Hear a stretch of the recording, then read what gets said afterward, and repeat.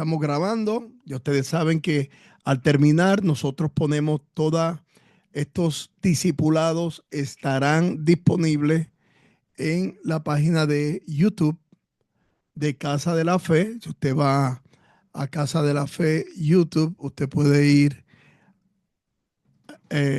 allí y vamos hoy a entrar en la lección número 65, capítulo 9,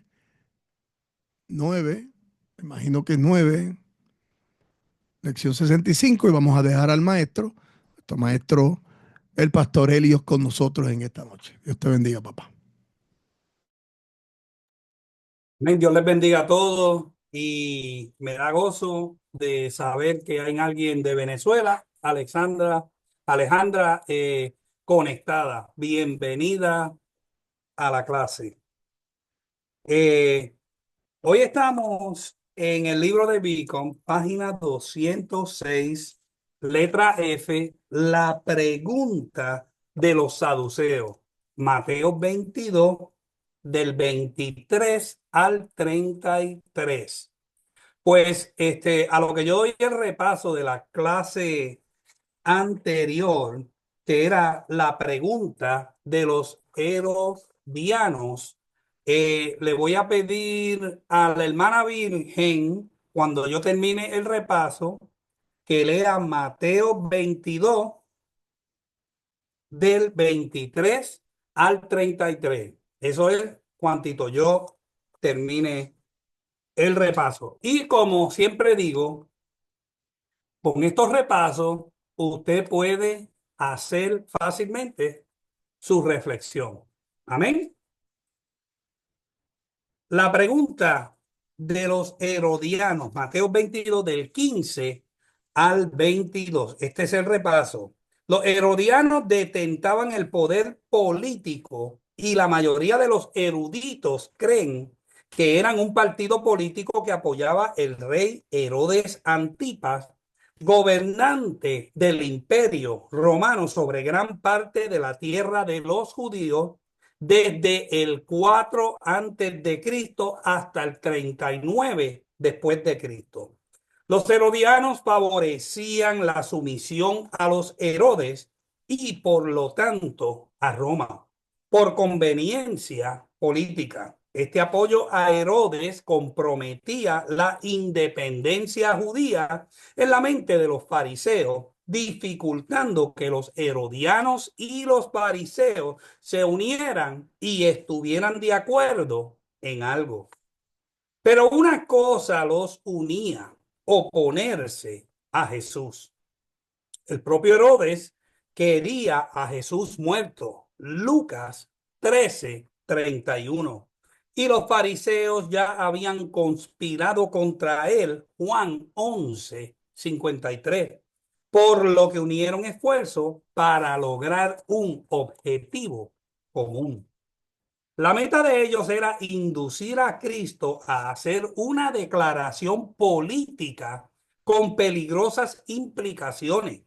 Se aprovechaban de la división que había entre los judíos acerca de la lealtad a César. Número uno, se fueron a deliberar. Número dos, su objetivo era sorprenderle en alguna palabra. Y número tres, dos oposiciones habían para deshacerse de Jesús: la ley y la fuerza. Primero, elogiaron hipócritamente su carácter sin tacha, su veracidad y su denuedo. Luego dejaron caer aquella pregunta tan cargada de implicaciones: ¿es lícito dar tributo a César o no? Si Jesús respondía no, no solo se enemistaban con los herodianos, sino que podía ser acusado de rebelión contra el gobierno romano. Si decía sí, se enfrentaría con el intenso sentimiento nacionalista judío. Jesús los denunció llanamente como hipócritas y de querer atraparle. Luego les pidió que les mostrasen un denario. Cada vez que los judíos veían la imagen y el título de César en esas monedas, les servía de enojo, recordatorio de que estaban bajo la autoridad y tributo de los gentiles. Su pregunta se había puesto contra ellos. Él denunció su incumplimiento de dar tributo a Dios. Ellos daban al César el tributo debido, pero habían descuidado las demandas de Dios sobre sus vidas. El creyente es responsable de obedecer y apoyar financieramente al gobierno humano. Debe orar por los que están en autoridad. Como ciudadano del cielo, es responsable de obedecer a Dios. Si hay conflicto alguno entre ambos, su primera lealtad es para con Dios. Hechos 5:29. Cuando los fariseos oyeron esto, se dieron cuenta de que su plan se había frustrado. Todo lo que podían hacer era callar maravillados e irse. Hasta aquí el repaso. Si alguien tiene algún comentario o alguna pregunta, si no hay, pues vamos de lleno a la lección de hoy, que es letra F, la pregunta de los saduceos. Hermana Virgen, léase en Mateo capítulo 22 del 23 al 33. Los saduceos. ¿Qué de la resurrección? Aquel día vinieron a él los saduceos, que dicen que no hay resurrección, y le preguntaron, diciendo, Maestro, Moisés dijo, si alguno muriere sin hijos, su hermano se casará con su mujer y levantará descendencia a su hermano. Hubo, pues, entre nosotros siete hermanos. El primero se casó y murió, y no teniendo descendencia, dejó su mujer a su hermano. De la misma manera también el segundo y el tercero hasta el séptimo.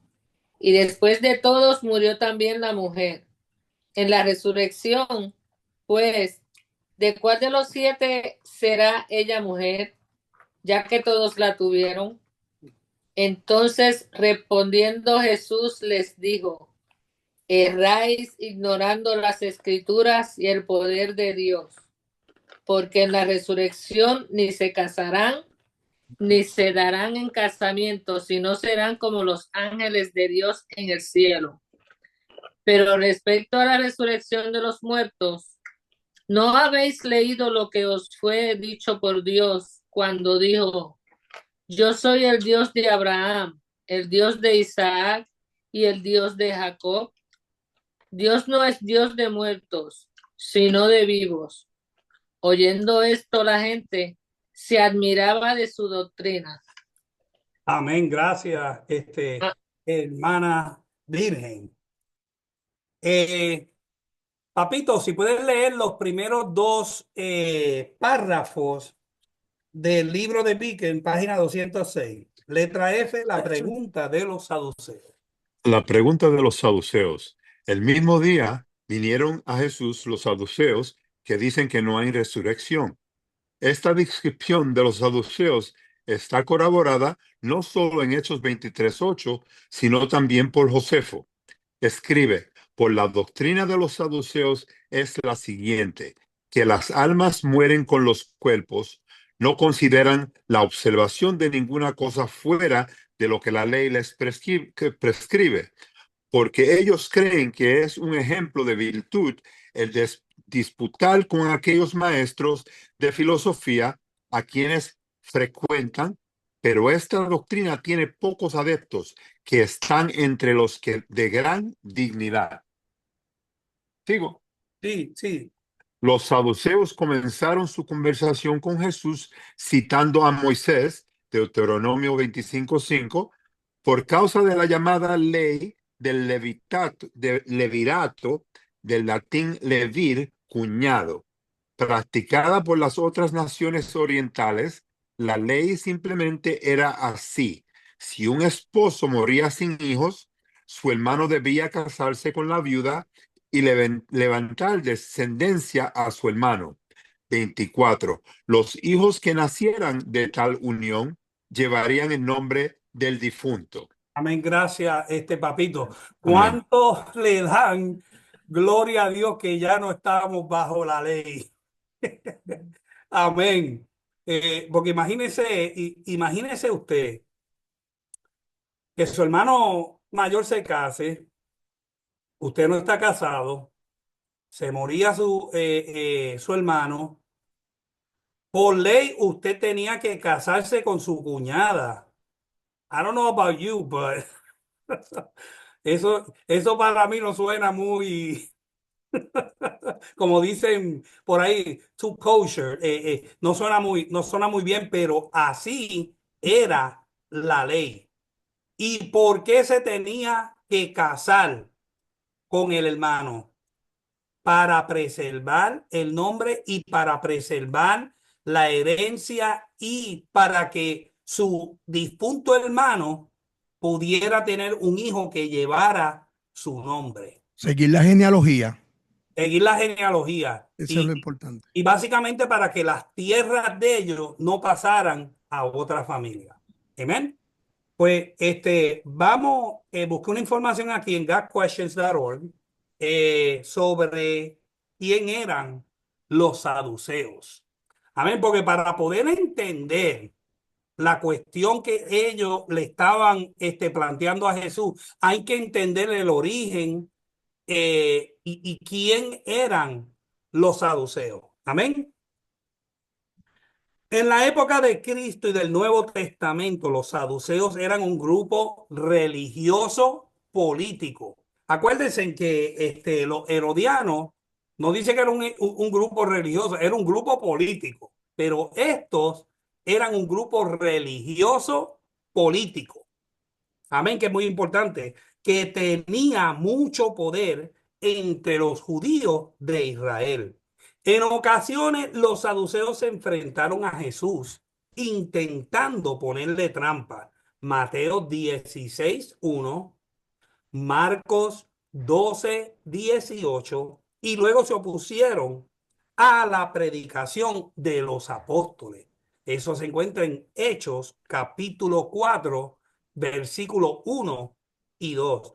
Algunos piensan que los saduceos, que históricamente han sido llamados sadoquistas o seduquín, los fundó un hombre llamado Sadoc o T-S-A-D-O-C, Sadoc, en el siglo II antes de Cristo. Otra corriente de pensamiento sostiene que la palabra saduceo está relacionada con la palabra hebrea sadat, que significa ser justo. Los saduceos eran una clase aristocrática relacionada con todo lo que ocurría en el templo de Jerusalén.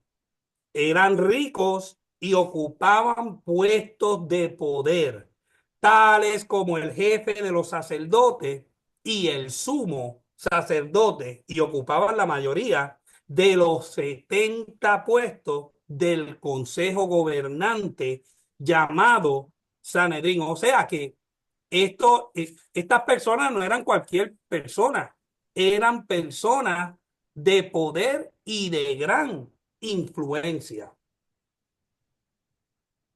Los saduceos procuraban mantener la paz estando de acuerdo con las decisiones de Roma.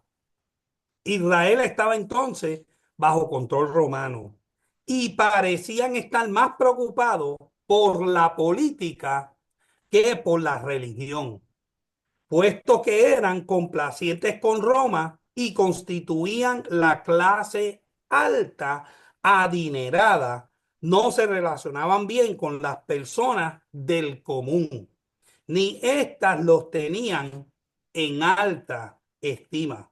Los ciudadanos comunes se relacionaban mejor con los que pertenecían al partido de los fariseos. Aunque los saduceos ocupaban la mayoría de los puestos en el Sanedrín, la historia indica que la mayor parte del tiempo tenían que secundar las ideas de la minoría farisea porque los fariseos eran más populares entre las masas. Número uno, los saduceos eran extremadamente autosuficientes hasta el punto de negar la intervención de Dios en la vida cotidiana. Número dos, negaban todo tipo de resurrección de los muertos. Mateo 22-23, Marcos 12, del 18 al 27, Hechos 23:8. A causa de esta creencia, los saduceos se resistieron fuertemente a la predicación de los apóstoles de que Jesús había resucitado de los muertos.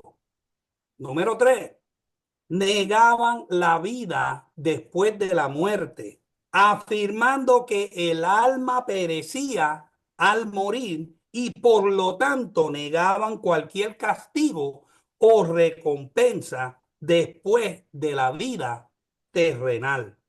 Número 4, negaban la existencia de un mundo espiritual, es decir, de ángeles y demonios. Hechos 23:8. Y esto le quise traer esta información para poder entender por qué estos saduceos no creían en la resurrección. Sí, pastor. Sí, y era tremendo potaje lo que estaba ahí frente a Jesús, porque si vamos a la clase anterior, como usted bien dijo, los herodianos no querían ni la luz eléctrica, pero eran los que eran políticos y estaban pendientes al billete. En ese mismo grupito frente a Jesús, porque imagínate Jesús en ese revolú de herodianos, fariseos, saduceos. Los saduceos no creen ni en el espíritu, no creen en la resurrección, pero los fariseos sí.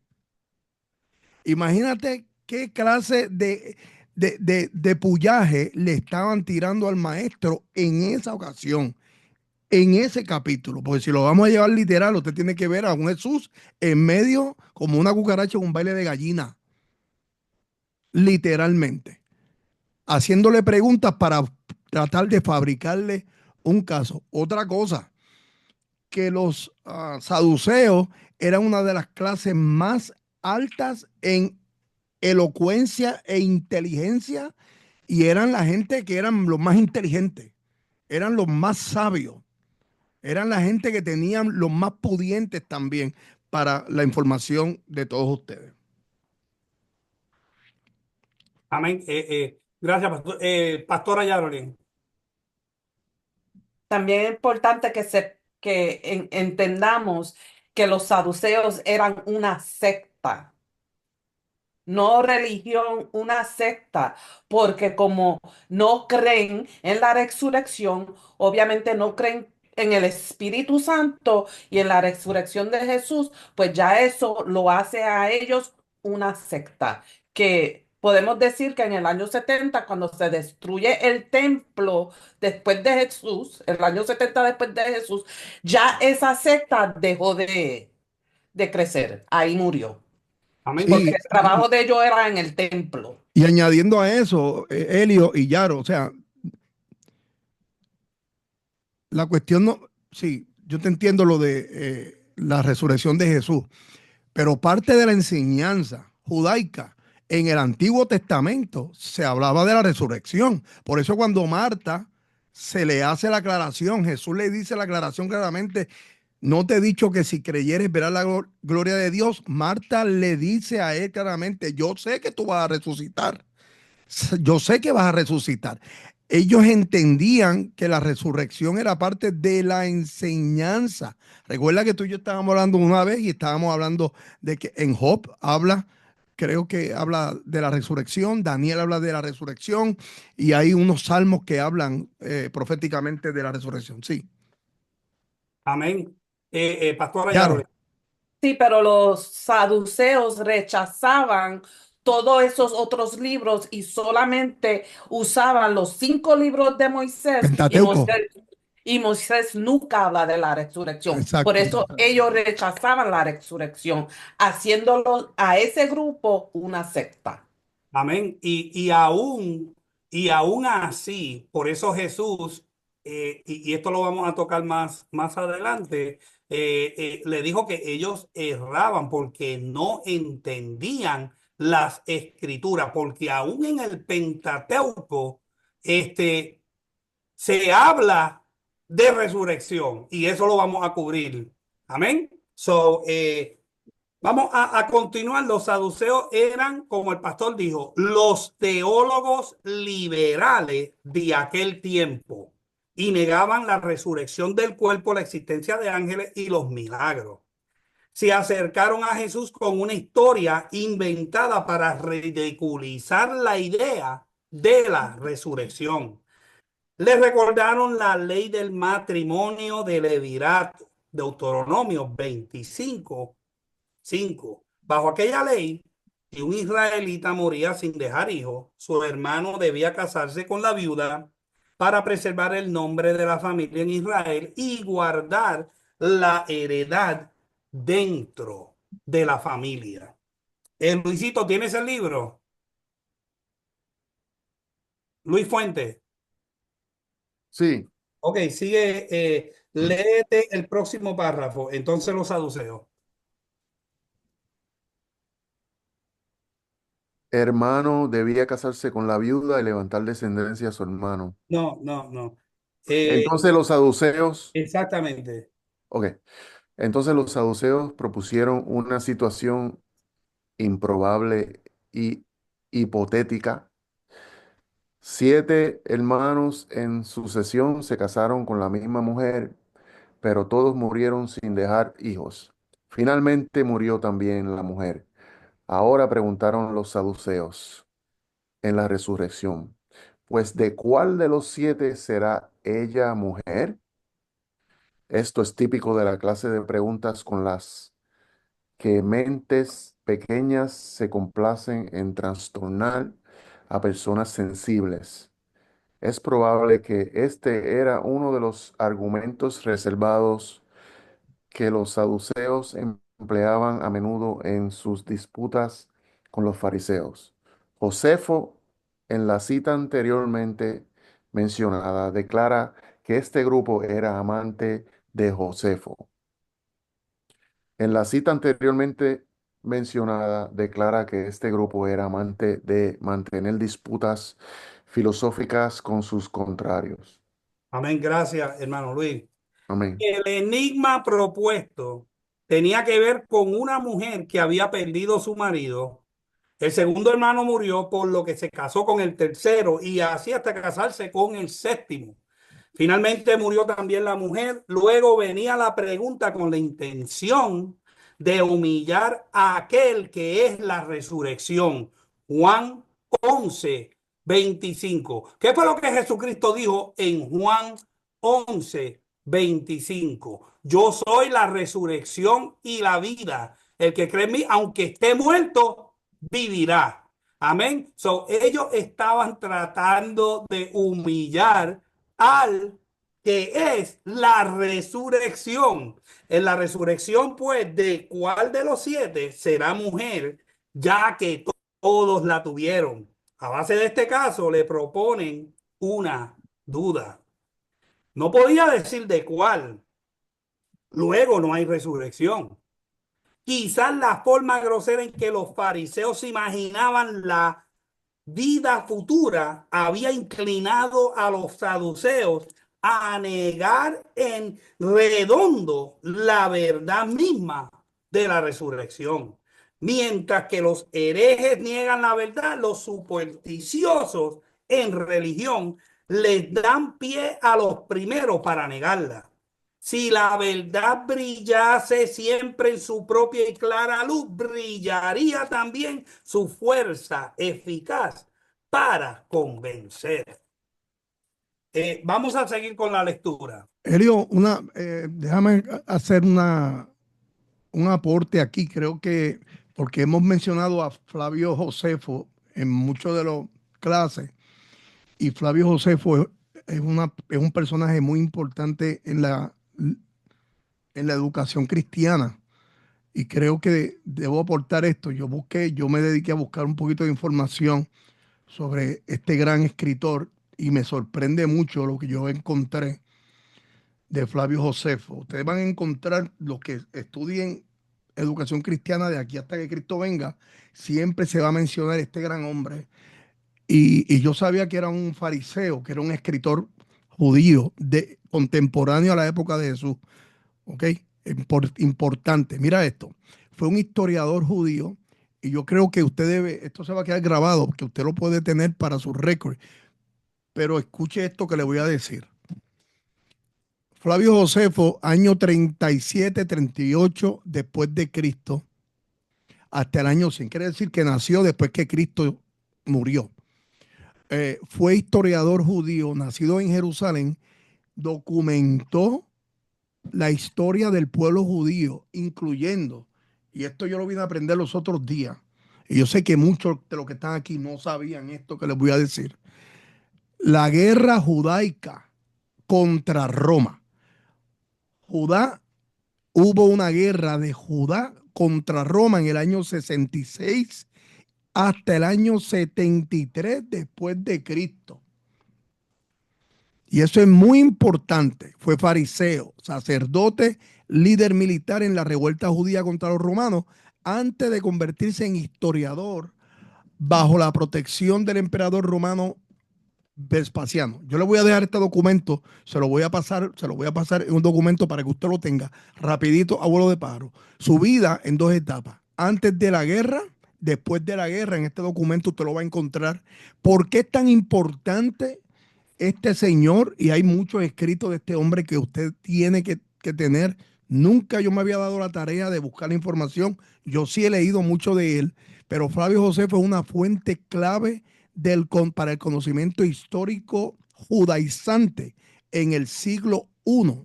El siglo I quiere decir que es de los primeros 100 años, incluyendo el trasfondo del Nuevo Testamento y la destrucción del segundo templo en el año 70 después de Cristo. Aquí, en este escrito que yo le voy a dejar a ustedes, usted va a encontrar un poco del testimonio sobre Jesús y el cristianismo primitivo a través de Flavio Josefo. Bueno que usted lo sepa. Todo conocimiento es bueno, hermano. Mire, sus escritos históricos. Él escribe acerca de la guerra. Hay escritos de él sobre la guerra de los judíos. Antigüedades judías. Contra Apión. Apión era un emperador. Y la autobiografía Vida de Josefo, que la escribió en el año 99 después de Cristo. Contexto histórico para el Nuevo Testamento, y también aquí hay una conclusión muy importante. Se lo voy a dejar para que usted la tenga, así que solamente quise traerla como un aporte a estos magníficos estudiantes que tenemos aquí. Excelente, pastor. Jorge Molina, léete el próximo párrafo.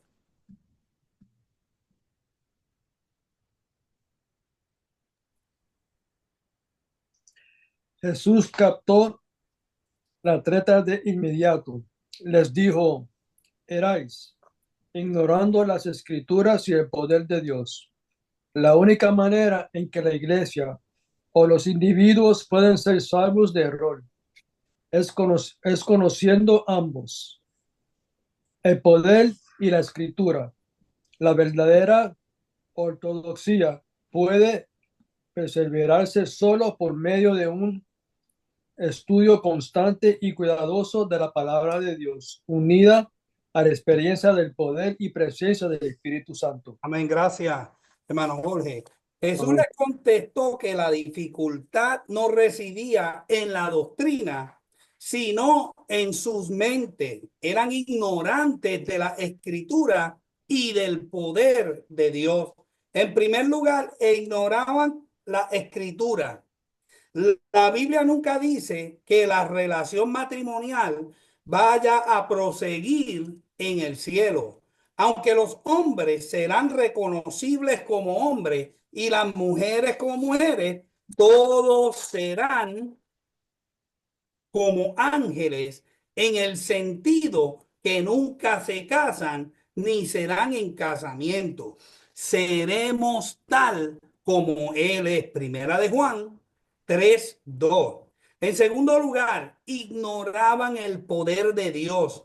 Si Él podía crear hombres del polvo, no podría levantar con la misma facilidad los cuerpos de aquellos que habían muerto y transformarlos en cuerpo de gloria. Juan 3:9, Job 14:14 y Job 19 del 25 al 27. Vamos a seguir con la lectura. Sari, ¿estás por ahí? Léeme el próximo párrafo, por favor.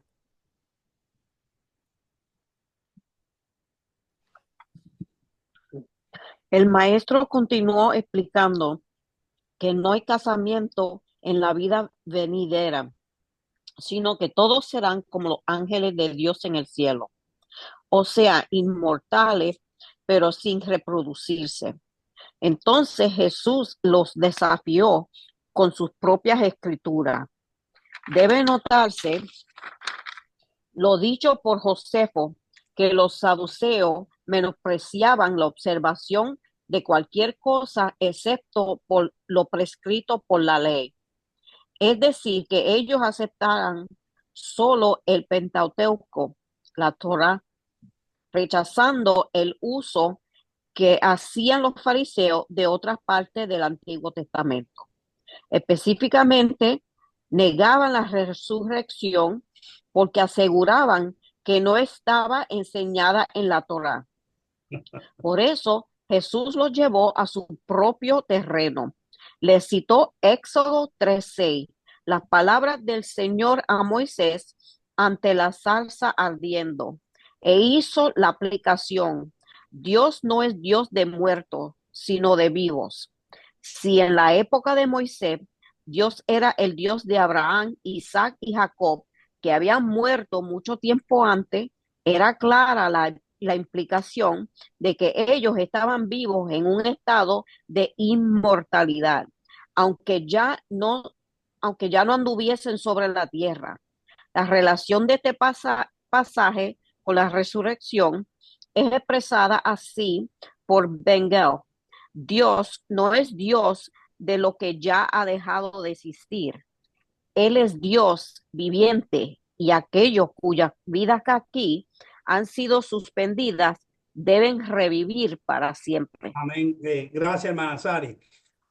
Usted ve en el Pentateuco, que básicamente era lo que los saduceos creían. Ellos ni le prestaban atención a los profetas. Lo de ellos era Moisés.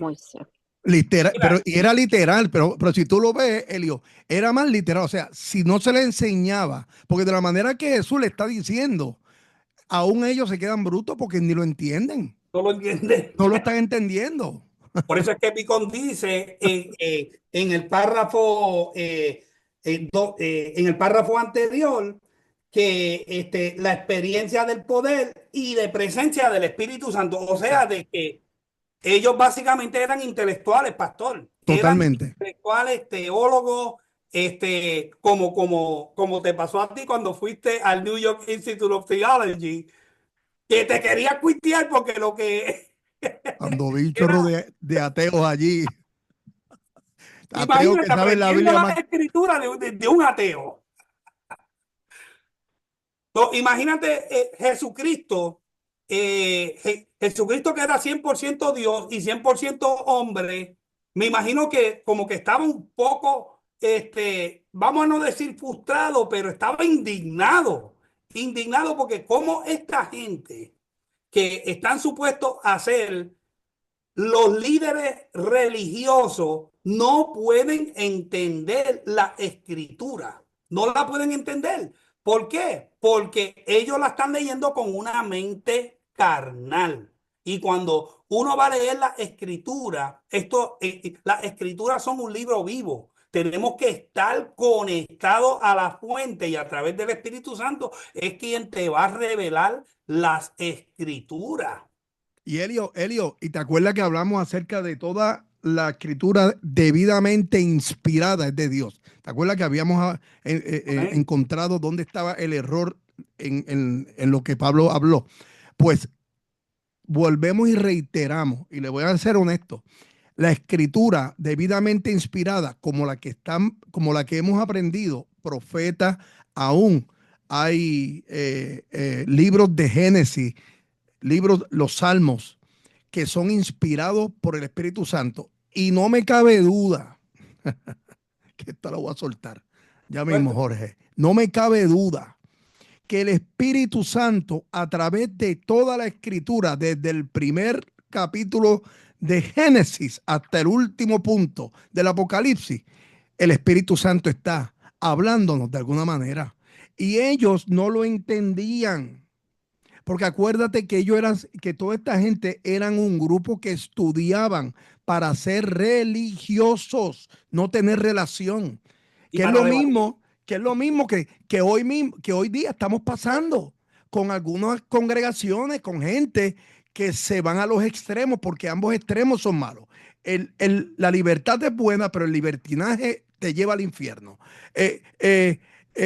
La relación con Dios es buenísima, pero el fanatismo te va a llevar al infierno. Entonces tenemos que coger y entender que así como esta gente estudiaban para ser religiosos, cuidado que nosotros entremos en el engaño de la religión también y no veamos esto más allá de lo que es tener una vida nuestra vivencia con Cristo, que es lo más importante. Creo que Jorge tiene algo que decir.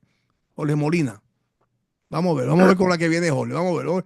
Dame la sorpresa, Jorge. Tengo dos preguntas. No sé si esto se explicó ya, pero la primera pregunta es, ¿qué significa Torah y cuándo se creó la Torah? Te voy a enviar un escrito que tengo, te lo voy a enviar, te lo voy a enviar, que te va a enseñar los detalles de la Torah y también la diferencia de lo que es el Talmud. Son dos libros totalmente diferentes. La Torah es la ley judaica, que lo hemos hablado unas cuantas veces, pero te voy a decir, ahí es donde están todas las leyes judaicas, 613 leyes. La Torah hoy en día es el libro que ellos lo aprenden y lo siguen aprendiendo. Así que, pero te lo voy a enviar escrito para que tú lo entiendas. Es fácil la lectura y te va a ayudar mucho. ¿Ok, papi?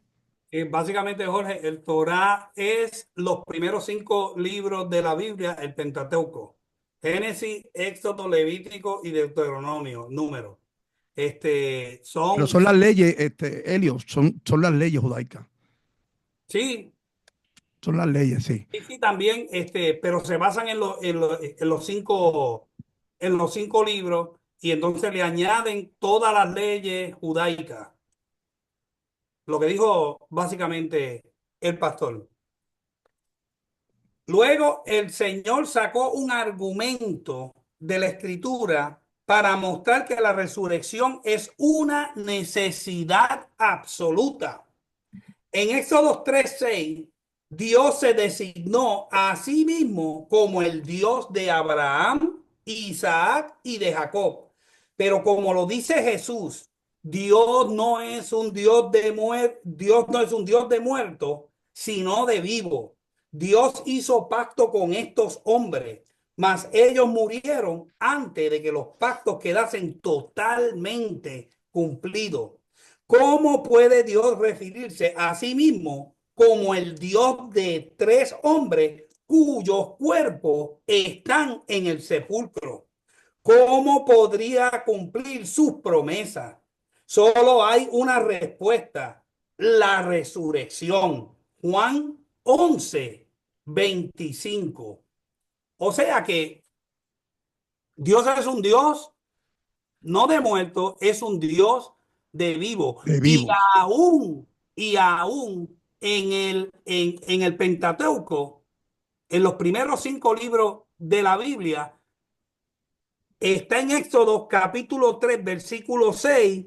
Yo soy el Dios de tu padre, Dios de Abraham, Dios de Isaac y Dios de Jacob. Entonces Moisés cubrió su rostro porque tuvo miedo mirar a Dios. O sea que él es un Dios de vivo. Elio, Sí, sí, sí. Elio, fíjate, y algo que aprendí, o sea, que está brutal esto, que en la Torá se habla sobre la resurrección. Y ellos no lo habían, esto se lo habían pasado ellos por otro lado. O sea, en ningún momento ellos captaron que se habla en símbolo, en, ¿cómo se llama? En metáfora de la resurrección en los primeros 5 libros, en el Pentateuco. En ningún momento ellos se dieron cuenta de esto y Jesús se los está diciendo, pero fíjate que ellos en todo momento fueron tratando de levantarle el caso a Jesús a ver qué, porque ¿cuál fue la pregunta? Vamos a ver, ¿cuál fue la pregunta clave? Fue una pregunta capciosa para Jesús. Y en ningún momento Jesús se dejó intimidar por estos grupos religiosos. ¿Me hago entender? Amén. Pastora Yarolén. Sí, eso mismo quería decir que los primeros 5 libros no habla en blanco y negro de la resurrección. No es que lo va a encontrar de la forma en que lo encontramos en el Nuevo Testamento. Exacto. Pero en ese Éxodo 3:6, claramente Dios el Padre está diciendo, yo soy el Dios de los vivos, queriendo decir que aunque Abraham, Isaac y Moisés no están ahora mismo con ustedes físicamente, pero sí ellos viven y están conmigo. Amén. Y así lo entendí, pero me dejé llevar en el principio de que no se encontraba en ninguno de los 5 libros sobre la resurrección, pero al leer el versículo, pues me voló la mente. Amén. Thank you. Por eso es que es tan importante estudiar la palabra del Señor, porque la palabra del Señor es una fuente viva y cada día uno le puede sacar algo nuevo a través de su Santo Espíritu. Te lo digo, por algo la Biblia es el libro mejor vendido. Y que se No solo cumple, Dios, Elio, por porque, todas las edades. Elio, y se cumple totalmente todo lo que la palabra dice de principio a fin. Se cumple la palabra. Lo que nosotros tenemos es un libro verdadero. Esto no es un libro de cuentos. Entonces, a diferencia del religioso que toma el libro como un libro de historia, nosotros que conocemos la vida a través de Cristo entendemos que todo lo que se escribe en este libro se cumplió y todo está escrito. Este es el manual de nosotros para dejarnos entender que verdaderamente esto es verdad, esto es serio, esto existe. Hay vida en la palabra de nuestro Dios. Y mira, hay una prueba bíblica, o sea, la prueba bíblica, y acabo de encontrar esto, apelando a lo que estás diciendo, que Jesús en Éxodo 3:6 le calla la boca a ellos diciendo donde le dice a Moisés directamente, yo soy el Dios de Abraham, el Dios de Isaac y el Dios de Jacob. En otras palabras, Y Moisés básicamente era el nene de ellos. lo más Olvídate, grande para ellos. lo más grande para ellos. Mira, si Moisés lo dice en la Torá, y tú, ¿quién eres tú para decirme? Cuando Moisés lo dijo allá en los 5 libros. Si Moisés lo dijo en los 5 libros, ¿para qué tú me lo estás diciendo ahora? Y él vino, y le dio hachi machete, como dice Palmieri, hachi machete, con la misma palabra de ellos. Yo me atrevo a decir que eso causó que lo odiaran aún más. Seguro, seguro. Gracias, excelente. Pastora Marilyn. El efecto de las palabras de Cristo sobre la multitud es vigorosamente descrito en el verso 33. La gente se admiraba de su doctrina. Griego, enseñanza. El verbo literalmente significaba sorprender, de modo que en la voz pasiva quiere decir sorprendida por el asombro. Además, está en el tiempo imperfecto. Carr aplica la fuerza de esto. Dice, el imperfecto bien expresa la conmoción de la sorpresa que iba pasando de uno a otro en la multitud. Amén, gracias, pastora Marilyn. Pero la gente se admiraba de su doctrina, primero, porque era nueva para ellos. Tenían escriba incompetente. De lo contrario, esta doctrina no les habría sonado nueva. Segundo, porque era una doctrina consoladora. Con frecuencia, la verdad cobra un nuevo esplendor y produce mayor admiración cuando ha sido ocultada o negada. Estas palabras de Jesucristo para los que tenían su corazón dispuesto, y mire, dispuesto. ¿Usted cree que dispuesto a recibirla? ¿Usted cree que los saduceos ¿Qué tenían va? el corazón dispuesto a recibir estas palabras? ¿Qué va? Absolutamente que no. ¿Por qué? Porque número uno, ellos requerían que un rabino tuviera una instrucción formal de los fariseos. Por ejemplo, el apóstol Pablo. El apóstol Pablo, ¿quién fue? Fue fariseo de fariseo, instruido a los pies de Gamaliel. Exactamente. Y por eso es que él decía, yo soy fariseo de fariseo. Que sepa. Entonces, a Jesús, ¿qué autoridad tenía Jesús en el mundo regular? En el mundo normal, de acuerdo a los saduceos, a los fariseos, a los herodianos. ¿Verdad? ¿Verdad que ninguna? Ninguna. La autoridad de Jesús venía ¿de quién? Del Emanuel. Del Emanuel. ¿Qué quiere decir Emanuel? Dios con nosotros. Gloria a Dios. O sea, que ellos estaban ciegos y no podían ver al, a la resurrección y al creador que estaba hablando con ellos. Y hasta aquí la lección. Seguimos al segundo punto. Pastora Yarolin. Sí.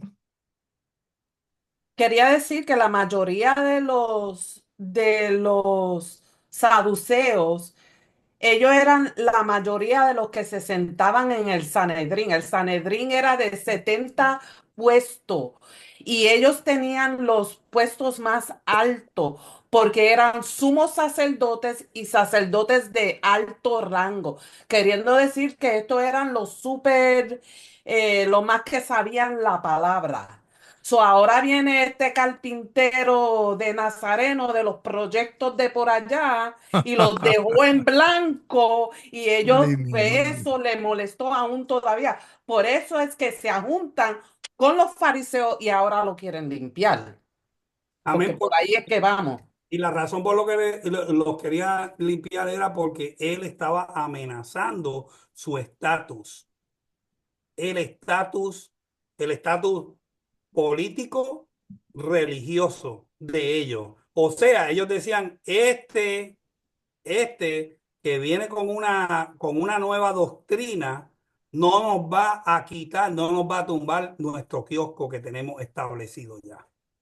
Acuérdense que los fariseos, ellos decían, y los saduceos también, ellos básicamente creían que ellos tenían el derecho del cielo, entrar al cielo por ser hijos de Abraham. Ellos no sabían, no podían comprender que hay que nacer de nuevo. De nuevo. Amén. ¿Seguimos o paramos? Van a ser las 9. Pues vamos a parar. Déjame, mira, voy a tirar algo aquí. Les voy a traer algo a los muchachos.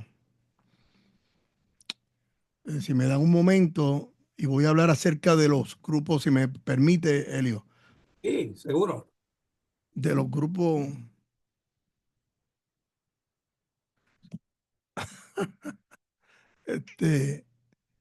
Espérate. Mira, les voy a hablar un poquito, rapidito, abuelo de pájaro, acerca de los grupos religiosos que el maestro ha mencionado. Y yo les voy a enviar todos estos escritos porque los estoy sacando poco a poco del baúl de los recuerdos. Pam, pam, pam, pam, pam, pam. No incluya a los fariseos, que esa es la clase de la No, semana. sí, esa te la voy a dejar afuera. Sí, te la voy a dejar afuera. Solamente lo voy a decir por encima porque, o sea, lo voy a mencionar.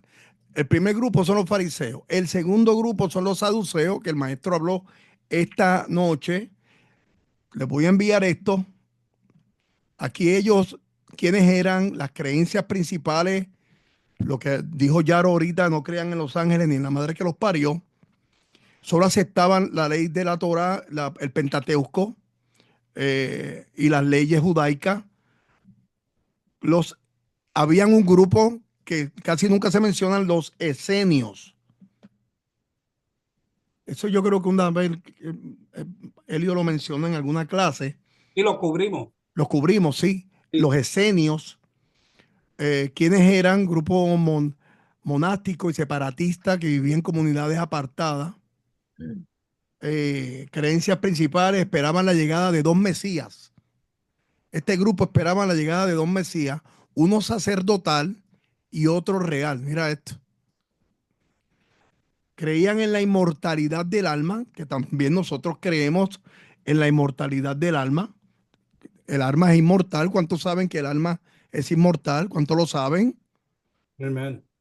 Rechazan el sacrificio en el templo de Jerusalén. El otro grupo son los celotes, que ya ustedes lo conocen. Era un grupo tumba oreja, los macheteros, yo le puse los macheteros. Pedro era un celote. Los herodianos, que fue el grupo que estudiamos la semana pasada. La semana que viene vamos a estudiar los fariseos. Son 5 grupos religiosos que estaban al lado de eso. A eso súmele el pueblo judío, a eso súmele los romanos. Nacionalistas. ¿Los cuántos? Los nacionalistas. Los nacionalistas, a eso súmele todos los que estaban por. Era terrible. Le voy a enviar esto para que usted tenga todas estas notas. Se lo voy a poner en el chat. Creo que todo esto es bien importante. Encontré lo de la Torá y el Talmud, que está aquí. Y el otro documento que es el Tanakh, que son 3 libros importantes para los judíos. Así que, tremendo, papá. Tremenda clase, la clase de hoy. Gracias. Muy buena, muy buena.